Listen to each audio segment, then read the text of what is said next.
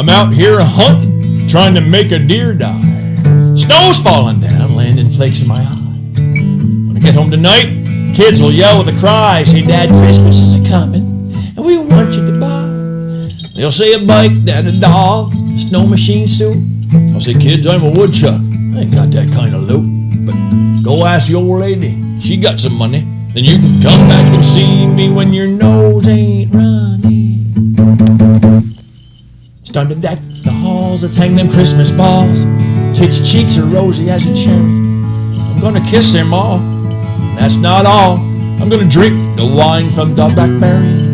Get out extension cords and let's all thank the Lord. 'Cause Santa's coming and he's in a hurry.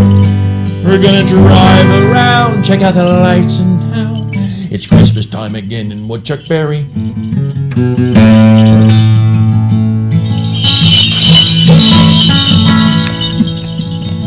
Well, we've wrapped the kids' presents and our energy sapped. Now I'm cleaning up the carpet where their new puppy cracked. But soon the relatives will come. How much fun that'll be! 'Cause that's about the time they'll give presents to me. They'll give me cheese rolls and scones and a beef jerky stick. I'll eat them with some eggnog, and by noon I'll be sick. My in-laws have been hammered since 2:45, and Grandma's hanging Dunkin' Donuts on our Christmas tree. Grandma! The pens, change them. Let's all have fun this year as we spread Christmas cheer, as we push our way through the aisles to get our mothers-in-law best gift of all, a set of shiny Ames's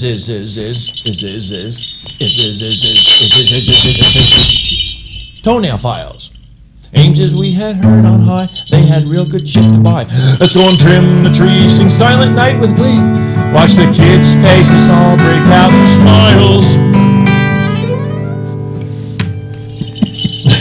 They'll chase their puppy around. You'll even love that hound, as long as he leaves no more stinky piles. There it is. Rusty DeWees. What a pleasure it is to have you in here, buddy. Well, you and I have been doing our annual Christmas show for a long freaking time. Well, how many years would you think? I'm going to guess somewhere around maybe 15. Yeah. Maybe a little bit more. 15 puts me at 59 minus 10. You take 10 off. Yeah. You did a 0. You bring it down to 9. That's 49. That's a 10. And bring that 15, over. 5, 44. Yeah. Oh, it's 44. That makes it about right. I get you. Yeah, that's about right. Yeah. How are you, man? 100%. Merry Christmas to you, Rusty. Is it Merry, or are you putting that in there for the Jesus' mom? The Merry Christmas is Merry Christmas? No, it's Merry as in happy. It's Merry. But it is confusing, though, isn't it? Well, Merry. It's Merry. It's mirth. Don't you make merry? You don't make merry. I've made merry. And you know what I'm saying? How was that? Well, I'm not too bad.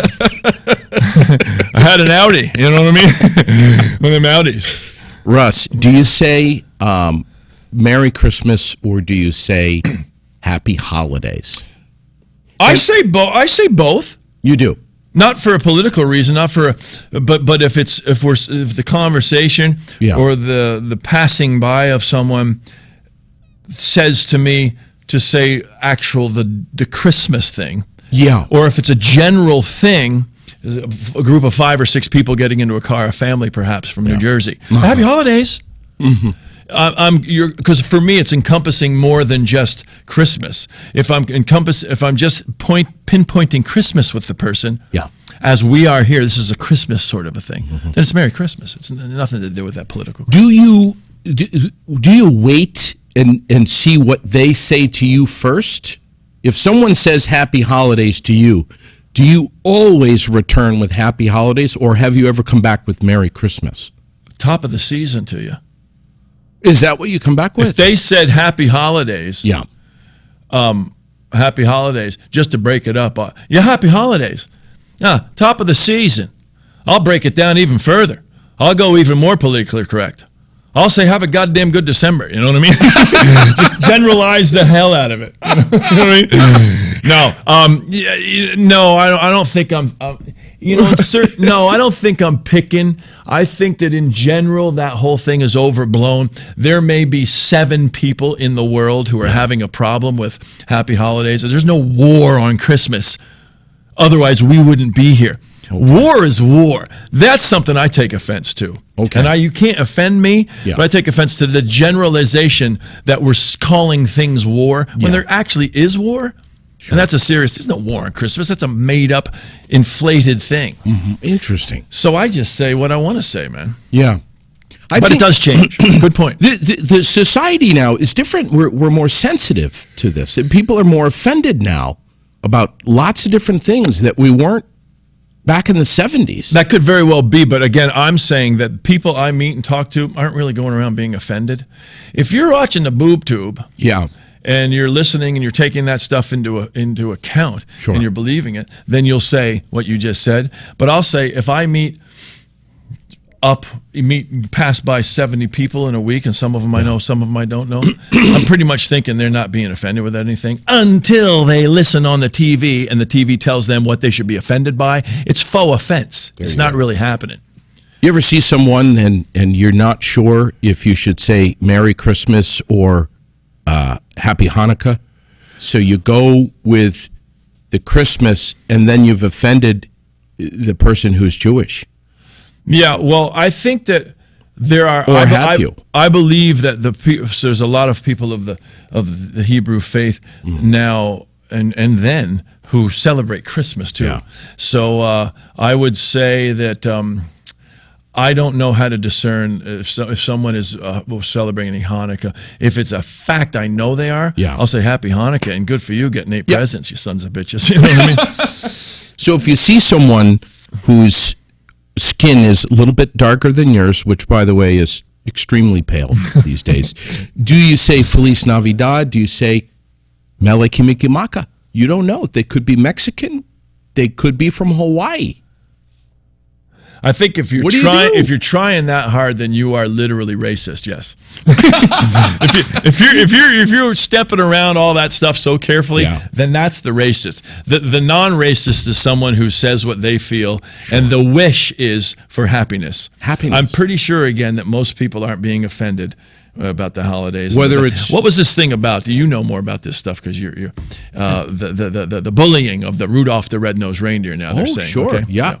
That's like 7 people said that in the world. 1964, that movie came out, Rudolph the Red-Nosed Reindeer, and this is only coming to light now that there's some bullying in the So really, yeah, I love that Rudolph the Red-Nosed Reindeer.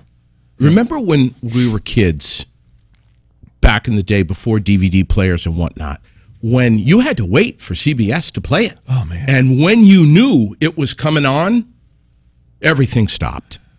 I mean, we were allowed to leave the dinner table early if we needed to watch Rudolph the Red-Nosed Reindeer. And it was painful sitting through the commercials waiting for Burl Ives to come back. It was so thick. I got this buddy of mine that is renting a room for me, Nick. We talk about this. It was so thick for me with the holidays. One of the things I did, a quick story, I played on the junior varsity basketball team, 9th and 10th grade. Yeah. You played first at 6 o'clock, the games. You were supposed to play your game, shower, come up and watch the varsity play at 7:30. And I was a gamer, man. I was a homeboy. I wanted to learn basketball. I ended up going to college for basketball. But if one of those Christmas games, if one of those Christmas specials were on that night on CBS or NBC, I did the JV game, and my mom and dad come and picked me up, and I went home and watched those cartoons instead of sitting there with my buddies and doing what I was told to do. That's how thick that stuff was. Was Bill exceeding the speed limit getting home? No. But I was so intense on those shows that I would say once a scene would go by, like you'd wait for months. Once a scene would go by, I mourned it. Because I knew there would be another year. I couldn't even enjoy it. It was so thick. Did the abominable snowman scare you as a child? As a young guy, it did. Yeah, me too. It did, yeah. That sound was horrible. Yeah. So here again, you're a father, and you tell me. So there I was scared, but my mom and dad, in 1963, I'd be 3 or 4 or 5. And it's 1966, I was 6. They weren't going, hey, we better not let Russ watch that because he's scared of the abominable. Now, what happens? You learn to love the abominable. Talk about bullying. Yes. That goddamn guy, Yukon Cornelius, pulls the teeth out of that poor son of a gun. Yes. That ain't right. Helps him. Right. Right? What do you mean? Well, he helps him. He helps get his bad tooth out. He had toothache. Didn't he have a He toothache? takes all the teeth out of the abominable. Oh, that's right. Oh, He that's right. pulls them Oh, my God. so he won't be dangerous. That's right. So that's a teaching moment. If you wanna make someone who's mean. The folks from PETA could watch that with the whole cat declawing thing, and they, that would. Yeah, I don't know about that cat declawing. That's rough. That's rough for me to swallow. How is Scarlett? Scarlett's dead. Oh, I mean not Scarlett. Why do I always forget Scarlett? Scarlett's no longer with us. Scarlett died. Who's I died the new one? Thanksgiving. Who's the new one? 4 years ago. Michaela. Michaela. After Michaela Schifrin, the great ski racer. Yes, and Michaela was on the front seat in one of your Ford commercials, right? That was Scarlett, but it wasn't actually Scarlett. I talked to Scarlett. I did Heritage Ford commercials. Thanks for remembering that, and thank you, Heritage, but and Mount Mansfield Media. But I wrote a commercial for Scarlett. That wasn't my actual cat, because that was kind of a stunt cat that would deal all day and be able to come in and go and be Interesting. Be chill. Yeah, my cat wouldn't have done that, Scarlett, but it was Scarlett. That was a great commercial, man. We shot that in Montgomery, which, among many things, Montgomery is known as the town in Vermont that has the more covered bridges than any town, 14. Really? Absolutely true. First off, thanks for coming in here. I can't believe we've been doing this long. Let's talk about the bells here. Yep. If you show me your bells, I'll show you mine. Mine ding longer. Well, that's and I'll tell you why they ding longer. Why? Because this is a fact. Where's your? So Billy's on this camera, and Billy, these are my father was 50 when I was born. He was born in 1911. So his father was born way back in the 1800s, and these are my grandfather, my father's father's actual bells. So you hear them. That ain't no Ames's or Big Lots. Nothing wrong with them. The strap is replaced. yes. But the bells are original from back in the 1800s. And what would happen is, every time the horse would take a step. You see what I'm saying? Yeah. So these are beautiful, beautiful bells. It's like the guy that says that joke, the bells are real, the strap's fake. It's like the guy that says, you see this axe? My grandfather bought that axe at an auction. It's Calvin Coolidge's axe. People say, that's Calvin Coolidge's axe? Yeah, my grandfather bought it at auction down Plymouth, Calvin's hometown. Geez, that's historical. Yeah, that's Calvin Coolidge's axe right there. They replaced the handle and the head.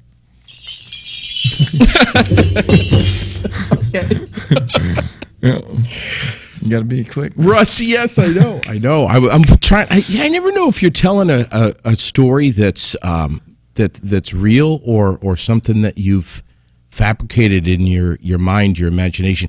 That's what I think people love so much when they're sitting in the audience on your tiny town hall tours. When you get up there and you start speaking, you captivate people. You bring them into your world, and sometimes you get a story going that you think is fiction, and you learn at the end that it's nonfiction, and that's so cool. Well, so the reverse is true too. But I teach a comedy writing / performance class at People's Academy in Morrisville. Yeah, and this group is 6 students, 1 girl, 5 boys, and quite a few of them this year. It's the 3rd year I've done it. Quite a few of them this year get up there. We have this whole way of working, and they're telling stories that happened to them, and they were funny stories, and they're the type of stories that they did when they were a kid, and when they tell them at the dinner table, they laugh at them and they think it's funny. So they get up on the stage and they start they have to do a 5-minute bit at the end of the session in April. And my thing about teaching them is that's funny to you when you tell it, or maybe your friends, but it's not that funny. Right. It was funny to you. So how do you then take the truth of that, and then twirling the bike, the tire swing on the tree, and your buddy threw an arrow at you and it went through and everything. But how is that really, what do you do to make that story interesting? You got to buck it up. Sure. You got to buck it up. Sure. Let's talk about Christmas music. Yeah. Christmas music. I remember being a little kid, the shag rug and that big, huge, hi-fi stereo with the TV built right into the middle of it. Stereophonic. I think it was a realistic or acoustic research, but it was that old antique.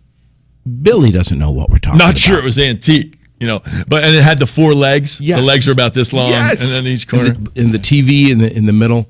Yeah. The ball would go underneath. Yes, because you were shag rug years, because that's 70s, right? Yeah. You were born in the 70s or something? And it had the record player built on the top. Yeah. And it would automatic, it would slide over, the arm would come down, put the thing down, you know what I mean? Yeah. And I remember Christmas, just Christmas time at night, listening to records that my mom would put on there. Dean Martin and Tony Bennett, Gene Autry. Yeah. The classics, man. Just listening to the real stuff. Everything was happening within you. Yeah. You say. Yeah. Now there's the record. So that was happening on a piece of vinyl. And it was a studio that with Dean Martin.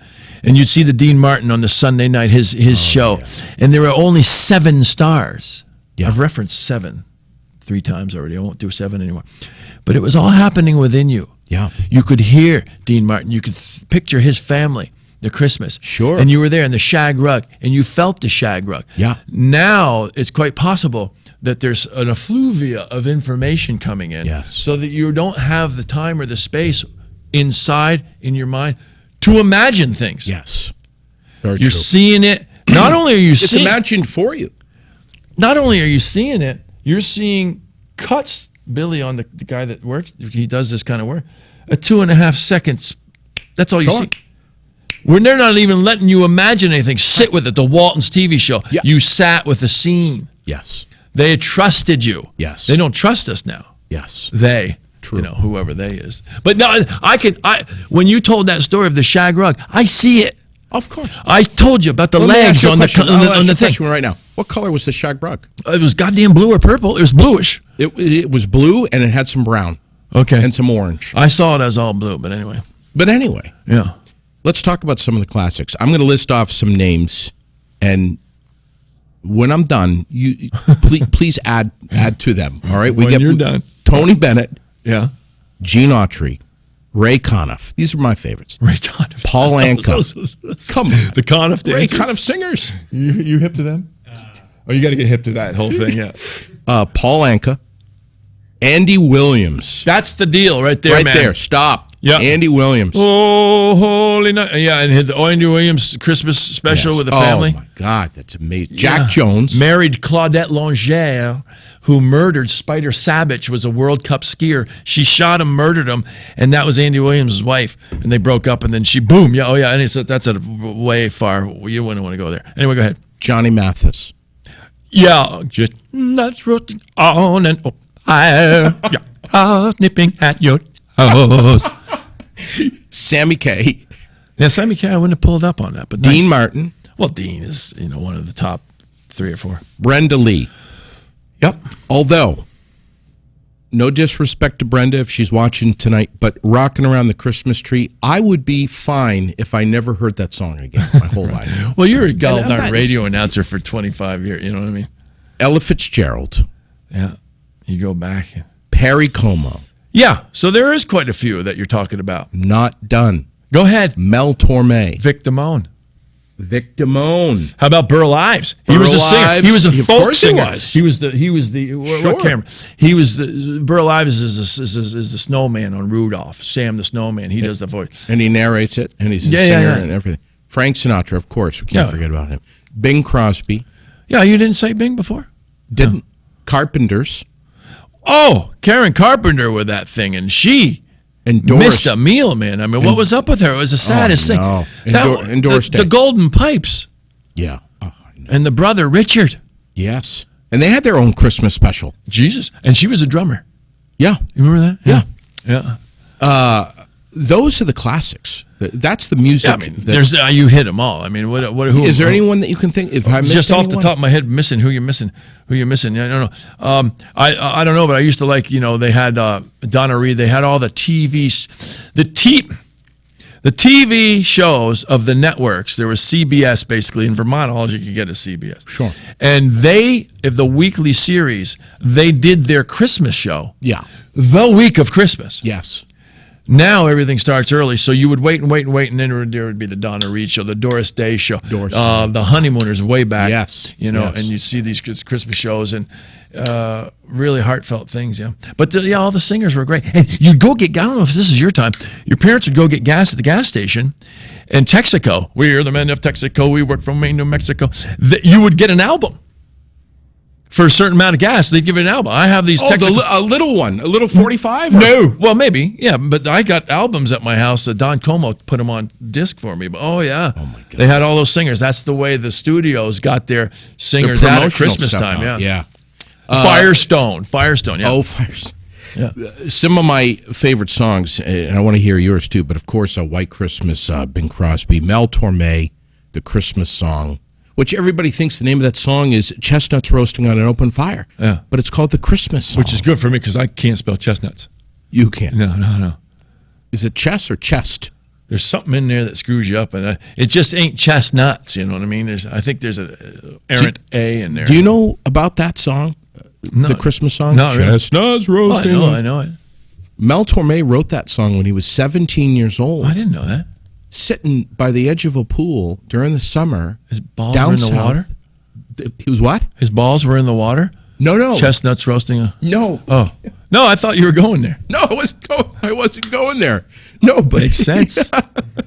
He was trying to stay cool. Oh. So he closed his eyes and he imagined a beautiful winter scene and he wrote that song in like 20 minutes. You ruined it for me.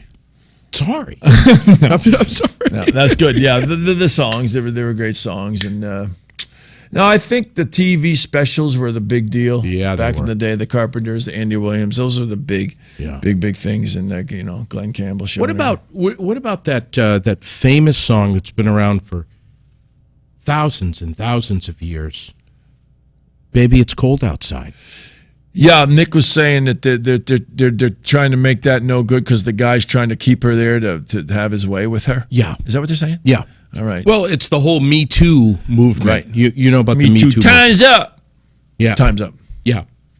Me Too, time's up. I do know about that, and it's a serious thing, so I don't want to make light of it. But you're talking about a song. Right. I'm saying to people, don't waste your time thinking that problem with that song actually exists. I say don't waste your time overthinking because that's what people are doing. They're just overthinking. I don't even think they're doing it.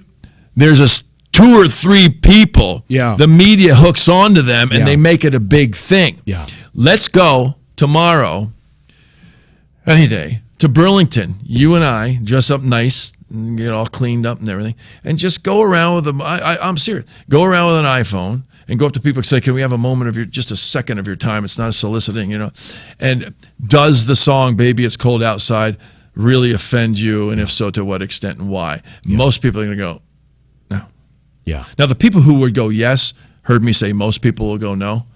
They'll be like, oh, I think they're in the way minority, but it's blown up and it's just a news cycle. You got to fill the news cycle. The problem is not the people filling the news cycle. The problem is not the people who are actually offended by it. The problem are the people who hear about it and think it's real. You understand the difference there? Right. Yes, of course. Of course. It's not real.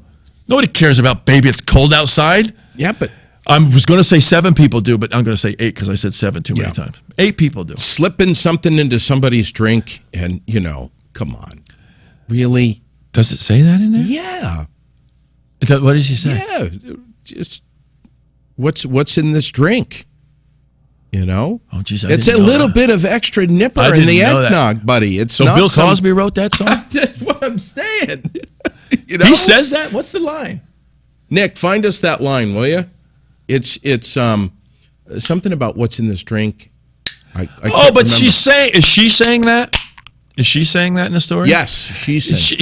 It's what's in this drink. She's imagining. She's teasing. It's a little bit of extra whiskey Right. in the knock. Yeah. That's all it is. Again, I'm big on that. Me too. You don't want to fool with anybody in any way, shape, or form. But the fact that there's a real thing against all this thing, millions and millions of families on Christmas morning are going to delight to a Merry Christmas. Don't think that there's a war on it.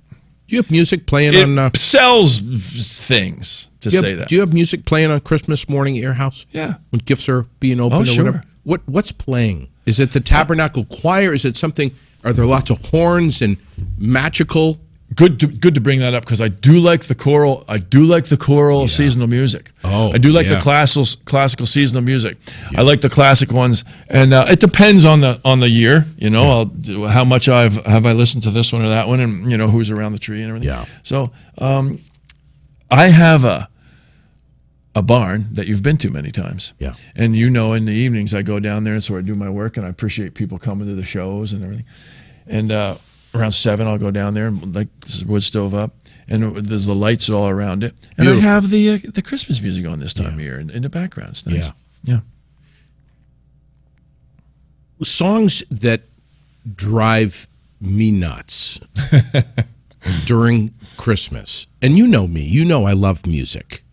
And I don't really know if this has anything to do with the fact that I've been in radio, but songs that they come out during the holidays and it's like nails on a chalkboard to me. Is that damn Bruce Springsteen? I was going to say that. He's out live somewhere on the beach and he's got Clarence and the new saxophone and Santa Claus is coming to town.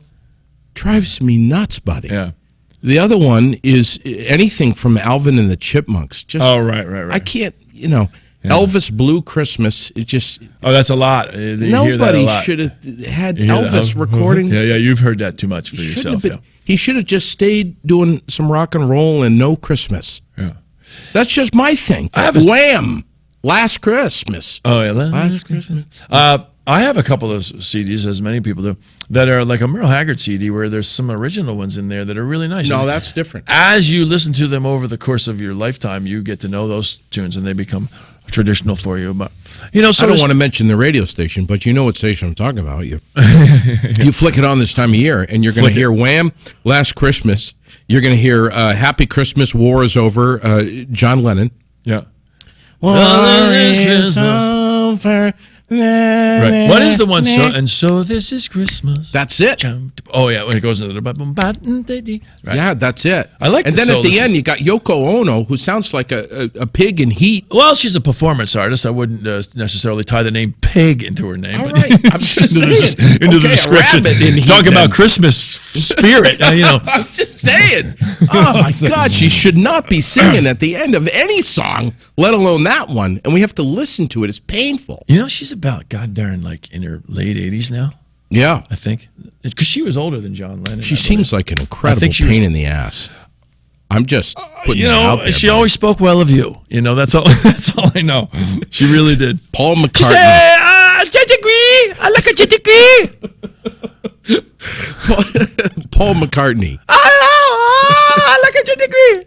Yeah, Paul McCartney. What does he say? Simply having a wonderful Christmas time. Right, cha-ching. Whatever. Do you shut that stuff off fast like I do? I don't listen to him much, So I listen to it sparingly. And Mariah Carey. All I want for Christmas is you. Yeah, well, that's actually true because she's into her third or fifth husband by now. There's truth to that song, and I like anything that's based in truth. And listen, this next one I know is gonna hit a nerve. It's gonna upset some people. What? And it might upset you. No. I mean, no disrespect. You can't upset me. People either love these guys or they hate them. There's no in between. The Trans-Siberian Orchestra. What is their song? Any song that they do with Christmas. It goes like that? With the electric guitar, and it's... No. I think you have to edit yourself, and you have to... Give me the London Philharmonic. Give me some class. Right. Give me some Mel Torme. Yeah. How about Handel's... Please. Yeah. Any Nutcracker? Anything from the Nutcracker Suite. It's good. I like Christmas Time Again in Woodchuck Berry, actually. Yes, I do. That Grandma is a classic. Hanging the donuts right on the tree. And Now, getting into the is any of Blackberry that brain. song based on? Is there any truth in there? Is there anything that you're pulling out of your childhood? Oh, that's great for question. real? So my sister, at a certain time of our life, the 20, 25, 30 years ago, we'd have Christmas. She'd come up here. She's living in New Mexico. And Holly and I would take a drive around the neighborhood of Morrisville, Yeah. where you have the grid streets. Yep. And that always harkened to me, the classic "'Twas the Night Before Christmas" illustrations that you would see. Different, but Yes. normally always the grid neighborhood. Yes. Quite often.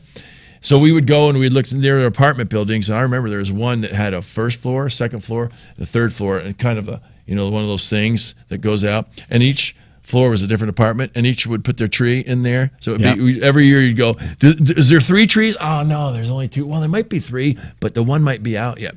So we would always travel around there and see those, like on Christmas Eve, see those houses decorated in the Morrisville neighborhood. To me, that was kind of the "'Twas the Night Before Christmas" neighborhood. Yeah. And then when I got to writing things and doing things, that's what I was thinking about.